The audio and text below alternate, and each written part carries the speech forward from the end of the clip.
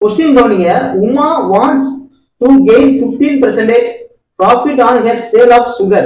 She buys 120 kg of sugar at rupees 24 per kg to mix with 180 kg of sugar bought at rupees 24 per kg. She sells the sugar mix at என்ன கேட்டிருக்காங்கன்னா உமாங்கிறவங்க 1 kg 24 rupees உள்ள sugar 120 kg வாங்குறாங்க. அது கூட 1 kg 28 rupees உள்ள sugar 180 kg வாங்கி ரெண்டையும் mix பண்றாங்க. Mix பண்ணதுக்கு அப்புறமா 15% அவங்களுக்கு ப்ராஃபிட் கிடைக்கணும்னா 1 kg என்ன ரேட்டுக்கு சேல்ஸ் பண்ணணும் கேட்கறாங்க. இதை எப்படி நம்ம ஷார்ட்டா செய்யலாம் பாருங்க. 24 rupees 1 kg, இது 28 rupees 1 kg. ஓகேங்களா? இப்போ இதுல 120 kg வாங்குறாங்க. 120 kg, இது வந்து 180 kg. இப்போ இந்த ரெண்டு என்ன ரேஷியோல இருக்குன்னு பாருங்க. இது 260, இது 360.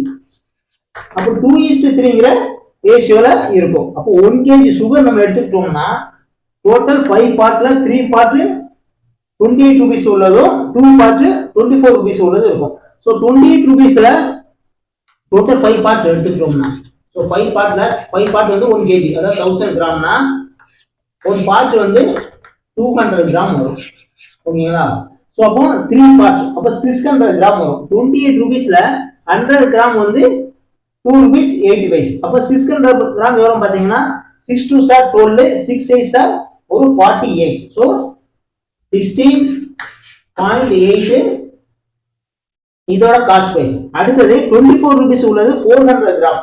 ஸோ 100 கிராம் வந்து 2 rupees 40 paise. அப்போ 400 கிராம் வந்து 4 2s are 8, 4 4s are 16. அப்போ 9.6. ஸோ 9.6. ஸோ டோட்டல் நீங்க ஆட் பண்ணீங்கன்னா 14 பேலன்ஸ் 1, 16 பேலன்ஸ் 1 2. ஸோ 26.4 இதோட காஸ்ட் பிரைஸ் ஆகுது. 1 kg சுகரோட காஸ்ட் பிரைஸ். இப்போ 15% ப்ராஃபிட் வேணும். ஸோ இதுல 10% எவ்வளவு பாத்தீங்கன்னா 2.64. 2.64 10%. அடுத்து 5% இதுல பாதி 1.32.